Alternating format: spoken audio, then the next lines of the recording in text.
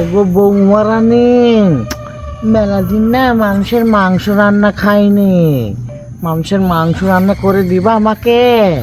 ওগো কেঁচো খেকো সোহাগ, তুমি সারা জীবন কেঁচোই খাও, আজকে কেন মানুষের মাংস খেতে চাচ্ছ? আজকে আমাদের বিয়ের 350 বছর হলো, ওই জন্য মানুষের মাংস রান্না খেতে আমার খুব ইচ্ছা হলো।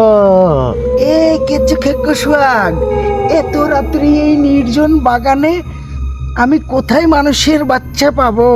তুমি দেখো নিয়ে এসে দাও, আমি রান্না করে দিব।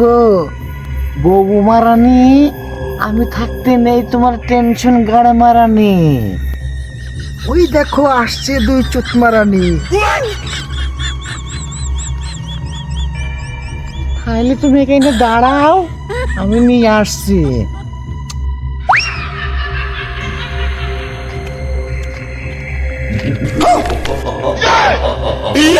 আস্তাগফিরুল্লাহ।